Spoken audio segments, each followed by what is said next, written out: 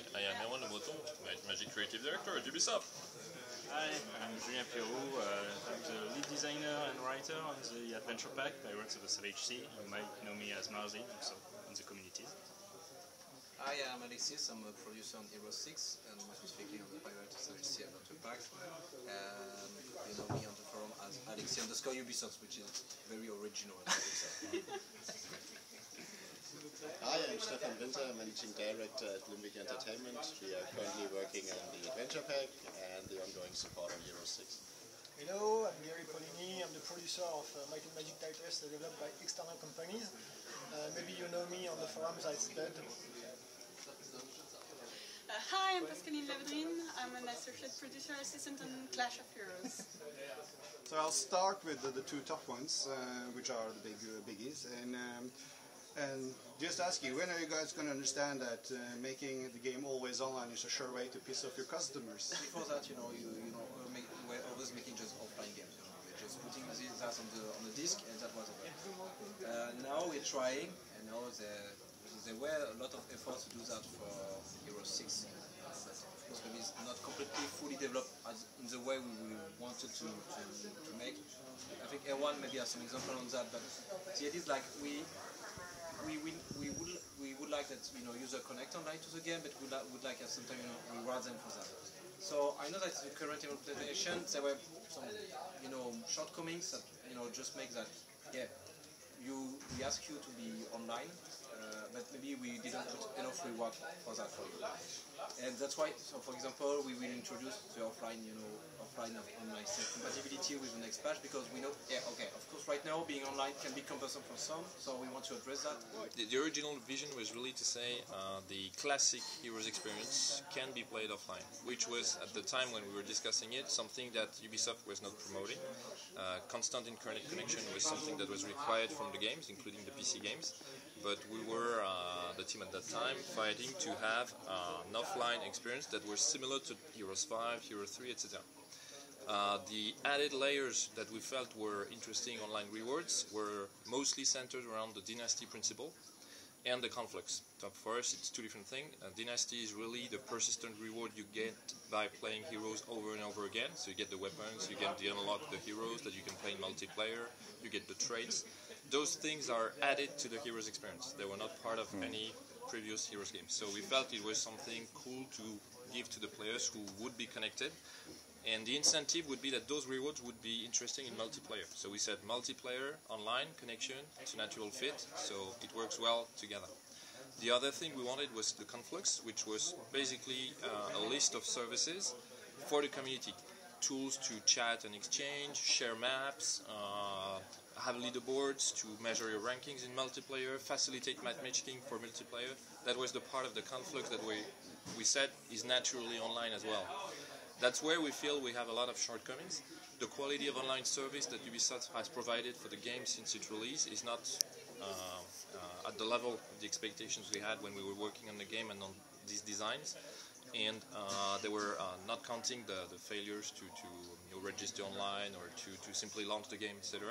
But even the quality of putting the players together and helping them compare their scores or play in multiplayer, it's not yet to the level of what we wish it would be for a game like Heroes. So for us, it's still an important dimension, this online dimension. We want to keep it for the future Heroes games. The thing that is positive is that Ubisoft as a whole, as a company, is learning how to do online services better. Each new game makes it easier for the guys who are working on it. So for instance, the games we've shown today, Duel of Champions and others, the ones I cannot speak about, they will be definitively online, but they will have dedicated teams to support them. So hopefully there will be good online experiences. For the future of Heroes, we hope that in a couple of months from now, online will be great, working all the time, and a lot of services attached to it. By releasing the game fully balanced, a lot of bugs, and having a very slow patching after the release, do you guys understand how angry that makes your fans and that you have some work to improve your image? We understood that the game was released, let's say, in an unfinished and unpolished state for a lot of area. So right now, we had this transition between Blackout and Limbic. So you see, it took time because Limbic had to take over all the code and assets and to learn how to make the game basically. While we won't, let's say, completely reinvent Euro 6 and fix some, like the one we talk about, this one, like for example the skill trees, because that means basically you have to redesign a large part of the game. Now we are more, let's say, focused, try to at least, put, patch where it's needed. Where there is a wall, we need to put some polish, to fix some stuff. And yes, we understood that the community was very angry for some part of them. But we still feel like the game has some potential, and we could try at least to exploit it to its fullest, even if the game is not perfect, and will never be perfect. But it would be interesting to make sure that all the work we have done so far, and it took time in order to put the engine on. I think now we're starting to get on the step where we know we can start to improve the stuff that needs to be improved. Not redesigning the game, but at least improve some parts, like for example balancing, already getting some bugs, or fixing, or at least improving the mapping. No single game developer would tell you I'm happy to release a game that is bugged, unbalanced, and poorly finished, and not enough polish. In the end of the development of Hero 6, the budget has really inflated a lot, and there were hard decisions to be made on Black Hole side and on Ubisoft side, with a closer producer affected to the project. Closer producer is someone who tries to release the game in as good a state as possible given the means, so the time and the budget, and he worked very closely with Black Hole. Those of you who played the beta were there in the first ranks, the first rows, to see what was going on. They really did their best to work on balance and polish and debug. In the end, the game was released in a state that I think nobody can say was 100% satisfying. But it has, and support was not as fast and good as expected, just because we had this issue with Black Hole of continuing the support and working on further extensions. As we could not reach an agreement with them in terms of scope, budget, and collaboration, we relied on Limbic, who was already working on the game, on the multiplayer feature and the online features. So yes, it took time. It's why today it's a good day for us, this Might&Magic Day, because it's really when we can announce this big patch, 1.5, with a lot of things that we really wanted to launch 1 month after the release, like the town screens, the rebalance of the game, the offline online saves, etc. And it's their work which made it possible. And it's also the first time we can announce additional content. It would have been stupid for us to work on additional content before the game was at least slightly squared out or rebalanced. Are they coming back with the DLC and something around that? So that's one thing. I think today we feel a little bit more confident saying, yeah, we're working on that. But from day one we realized it was very important, and the community was justly, rightly pissed off. The last thing I want to say is that we have one guy dedicated to working on the balance of the game with whatever tools he has available. He's in direct contact with the guys from the VIP forum. He's watching the regular forums as well. He's working with Limbic on that. So he's really taking all kind of feedback into account, and he's trying to adjust numbers basically to try to rebalance the game. Again, without touching the fundamentals like the skill system or the hard code, but at least he's doing an important work. The list actually on the topics we would like to improve is long. The backlog, some of the backlog topics contain hundreds of things we would like to do. The good news for everyone is there is a backlog and there is a clear picture of topics, issues, features we want to address. Probably the bad news is it's first probably not going to happen all of it, and it will take some time. Nonetheless, currently we are in a mode, I hope everyone noticed, and we are really trying hard to achieve it and keep it up that way, that we are in iterations of 4 to 6 weeks provide Ubisoft with new patches, basically new versions, and we're taking step by step. We've made progress, we've made good progress. Even some stuff is getting easier now for us, which is actually nice. So in the future, hopefully we can even speed up a little. And actually, probably end of July, we are going to sit down with Ubisoft, we are going to sit down with some of the VIP guys and figure out what else could we put some priority on. Just some buzzwords. Map editor obviously is one of the big buzzwords here. Something we want to improve. Community wants to have it improved. Ubisoft wants it to have it improved. So this is pretty much in common. This is what is going on right now. And yes, the backlog is very, very long. Now we're going to get to some of the forum dwellers and what they would like to ask you.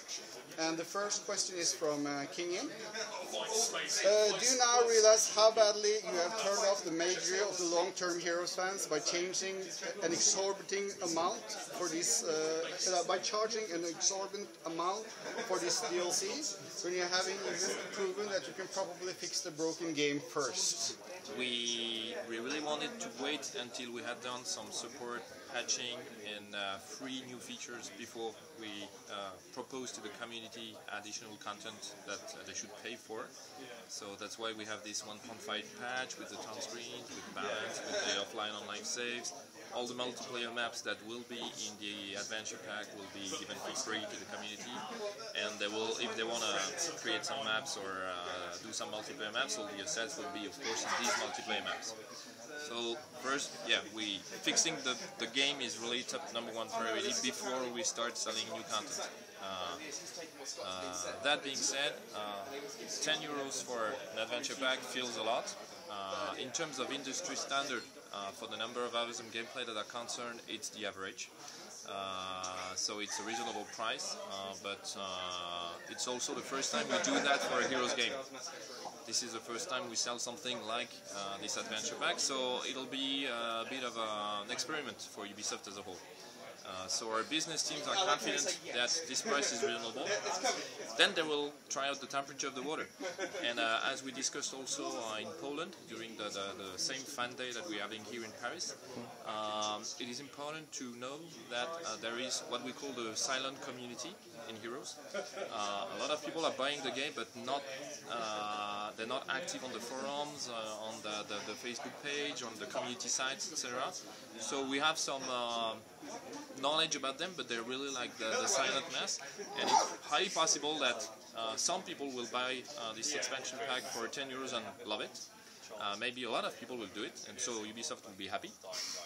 And then people who feel like it's really outrageous and too expensive, well, the usual life cycle of any kind of product related to the video game is that after a while the prices drop, so they should just be a little bit more patient. How about giving us the DLC for free, especially for the people who buy the game before release? Currently we have a group of approximately 15 people working both on supporting the game and creating the adventure pack content. So I think from our perspective, from our team perspective, for instance, we have quite some Heroes fans in the team.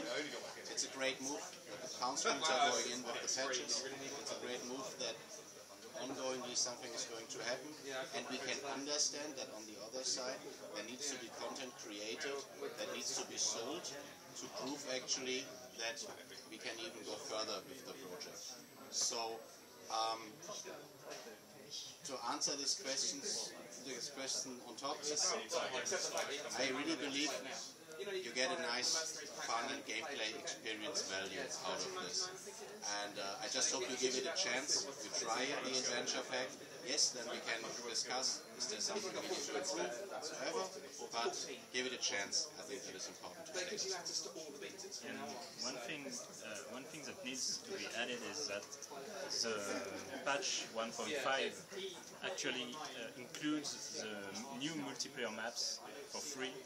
So basically the adventure pack that you pay for is the new heroes, the new story, this kind of stuff, but the multiplayer maps will be added for everyone, even those who don't buy the adventure pack at all. So, are you guys planning to simplify the map editor?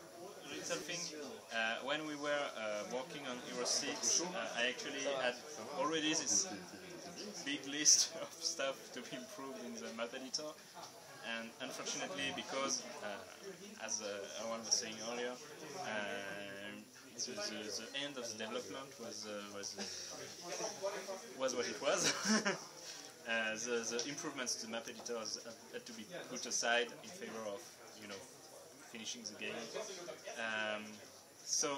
Fortunately, this list has now been passed to Limbic, and it's now part of their backlog. So, Stefan can help.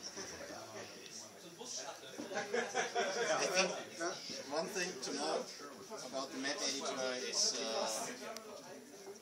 important to have it in mind. The map editor is a very, very powerful tool, even as it is of now. It contains basically everything you need for content creation, or really a lot for content creation. So it's a mighty, mighty tool. The main issue or the challenge right now is that we see a huge gap between those people who are willing to spend really a lot of their spare time in creating maps, and then they suffer all the little things that are not working as they would like them to work. And on the other hand, we have people that might want to try out a map editor and obviously get kind of frustrated quite easily. So what we will do first is, or hopefully will do first is, we address issues and improvements from the people that are already investing and spending time. So we have to support the fans that dedicate time, dedicate effort, and are really into it. And yes, map editor will be one of the topics in the next 2 months. If you are using editors, and if you are used to editors, you have some expectations how editors should work. So I'm not talking about... Pleasing? Pardon? Pleasing? Will be rewarding and pleasing? I think rewarding, pleasing, and you are creating something creative. Yeah, but you said pleasing then? Yeah, pleasing is okay. Yeah. Because fun sounds so like, hey, yeah. Okay. Are we ever going to get the free DLC with the Academy faction that Black Hole promised back during the beta? Well, actually, I did not know Black Hole had promised a free DLC with the Academy faction. This is new for me. But I know there is a... We don't accept the premise of the question? Well, I really have no recollection of that, so it's We new. don't remember. But I know that when the game was launched, there has been basically miscommunication, because we are doing this event in France with the basically closer producer of Hero 6 being asked by a French fan what was the plans for the future, would we be adding new faction, and he said, and basically his answer in French was this: we'd like to add 2 factions, maybe in DLC. That was it. And like the evening, that French fan posted everywhere on all the English forums, they have promised 2 factions in a free DLC, which was not exactly what was said. So, and now, as you all know, many things have happened since then, with Black Hole notably. So, I guess the plans we had back then have been a bit changed. There used to be, when you clicked on a destination point for a hero to travel, you don't know how many turns it will take to get there. Is it plans to get that feature back? It's very nice to get the same question in 2 days, in 2 locations, so it seems an important one. I don't know yet, but I can promise that we take back the question to the team, ask the team about this, and let you know feedback on this.